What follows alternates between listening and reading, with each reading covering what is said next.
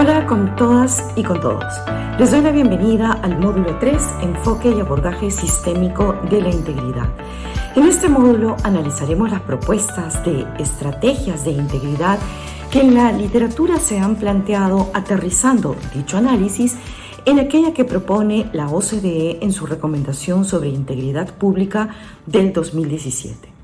Dicha estrategia definitivamente es la mejor lograda, dado que nos ofrece una visión sistémica de articulación de un conjunto de acciones de integridad que deben girar alrededor de un objetivo puntual, pero que también plantea la necesidad de implementación de mecanismos de monitoreo para la evaluación permanente de sus avances para una mejora continua.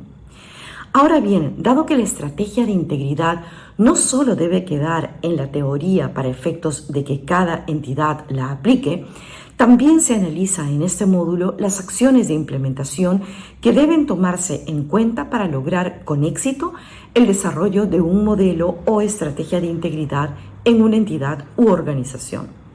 Como punto de partida, vamos a analizar el cambio adoptado por el G20 en la línea de construir una estrategia de integridad.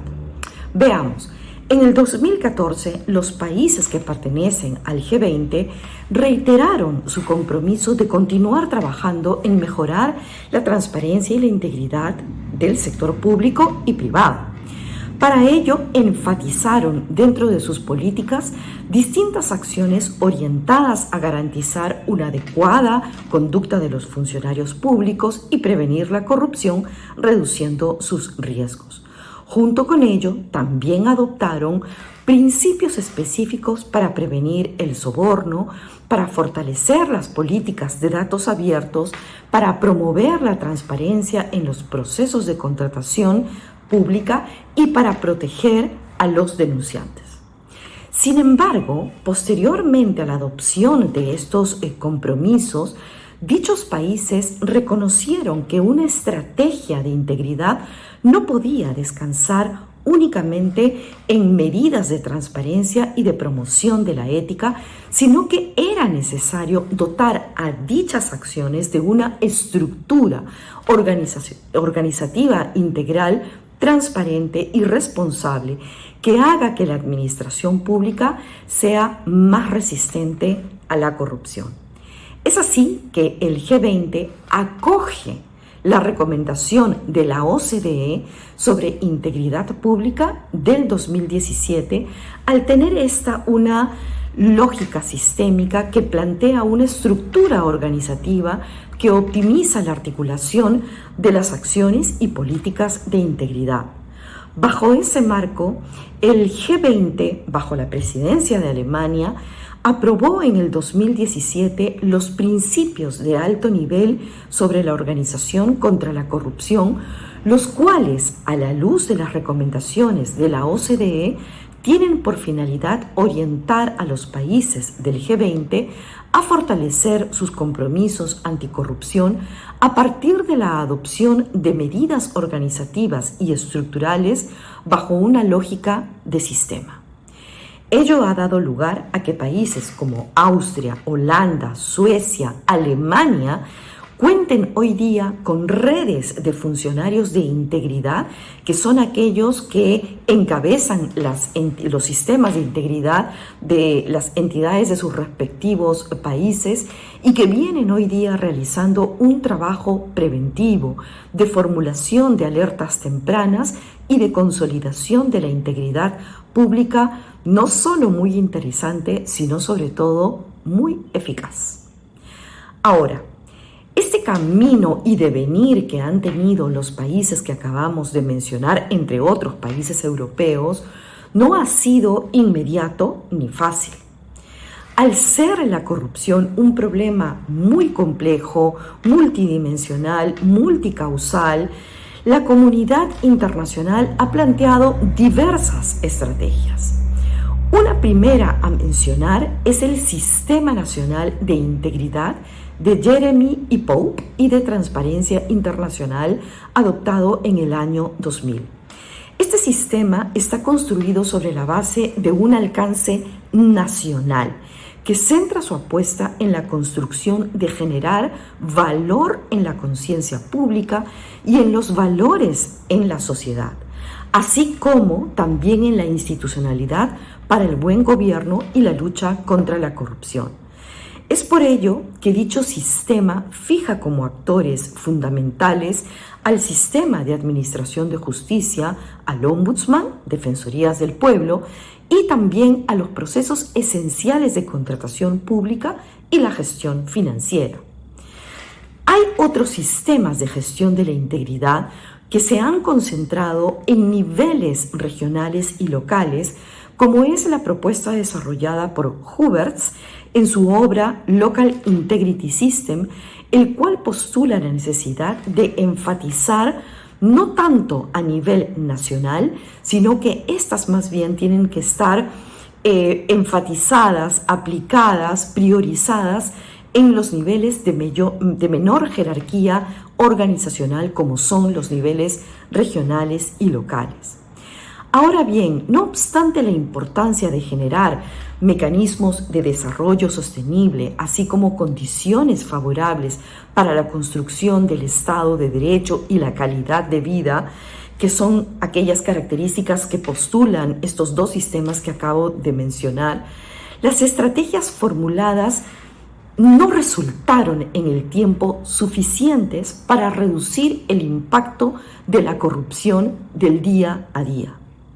Por ello, en el 2009, la OCDE planteó un cambio de visión en la gestión del sistema de integridad, la cual destaca otro tipo de componentes como el compromiso de los líderes, la rendición de cuentas, la transparencia, obviamente, pero también la orientación de la conducta de los funcionarios públicos y la necesidad de implementar un órgano articulador que gestione la integridad al interior de cada una de las entidades públicas, garantizando así una lógica y visión de sistema al interior de cada una de estas entidades.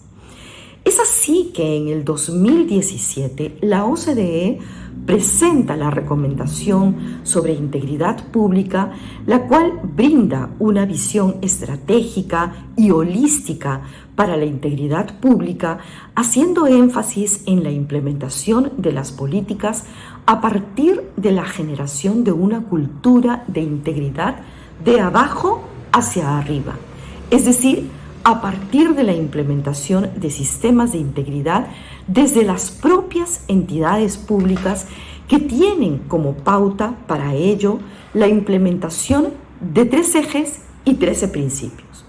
Los 3 ejes están en lo que es la generación de una cultura, la implementación de un sistema, es decir, esta visión holística y no solamente meras actividades, y finalmente la rendición de cuentas, que supone garantizar que existan mecanismos de articulación con la propia sociedad, con la ciudadanía, de manera que se generen mecanismos de participación activa de parte de la ciudadanía.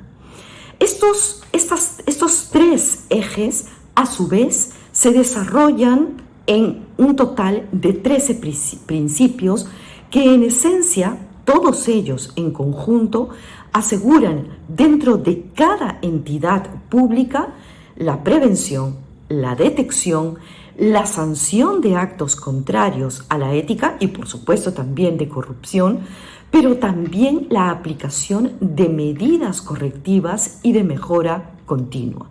Es decir, nuevamente, no se trata de solamente pensar en la lógica de meras acciones, sino que todas ellas tienen que estar pensadas, tienen que estar articuladas sobre la base de esta lógica de prevención, detección, sanción, medidas correctivas.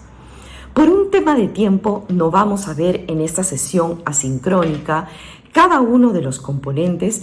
Sin embargo, sí quiero referirme a 3 de ellos que me parecen indispensables. El primero es el compromiso. El compromiso supone la existencia real de una voluntad política desde el más alto nivel de la organización para implementar una cultura de ética. En realidad, sin este elemento esencial, sin este componente que es el del compromiso, muy poco vamos a poder lograr dentro de una entidad. Ahora bien, valga la pregunta, si no tenemos el compromiso o no tenemos el componente del compromiso, ¿podríamos desarrollar políticas dentro de una entidad? ¿Podríamos desarrollar mecanismos de denuncia? ¿Podríamos desarrollar acciones de control? ¿Podríamos desarrollar acciones de transparencia? Sí, por supuesto que lo vamos a poder hacer. Sin embargo, es necesario que exista este compromiso desde el más alto nivel de la entidad en la dirección de una entidad, porque con ello vamos a garantizar que el resultado a partir de todos los componentes sea el esperado. Es decir, de no tener el componente del compromiso, podríamos correr el riesgo de generar una estrategia cascarón, una estrategia basada únicamente en lo formal, pero no sobre la base del desarrollo de una real cultura ética que demanda el ejemplo, la ejemplaridad de sus líderes dentro de una organización. El segundo componente que preciso mencionar ahora es el de la responsabilidad. Este supone asignar funciones claras de manera que no exista superposición en las tareas que se desarrollan dentro de una estrategia de integridad. Pero ojo, también supone identificar que por cada componente o por cada proceso pueden haber distintos actores y que ellos no tienen necesariamente que ser asumidos por el oficial de integridad o el funcionario de integridad.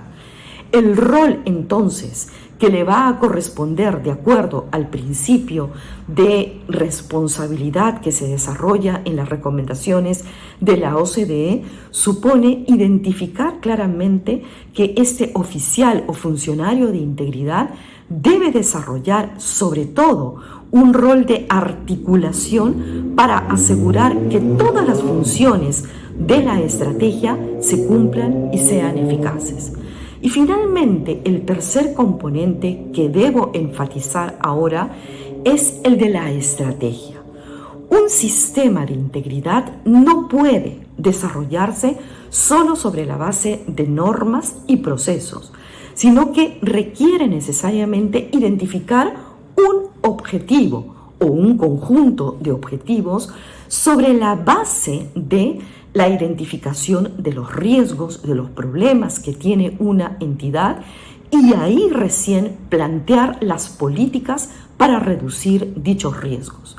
Todo ello entonces forma un conjunto, una estrategia que requiere la articulación de estas políticas, de estas acciones, pero sobre todo tener claro cuál es el objetivo que nosotros estamos planteándonos como entidad sobre la base de los problemas o de los riesgos que podamos haber tenido.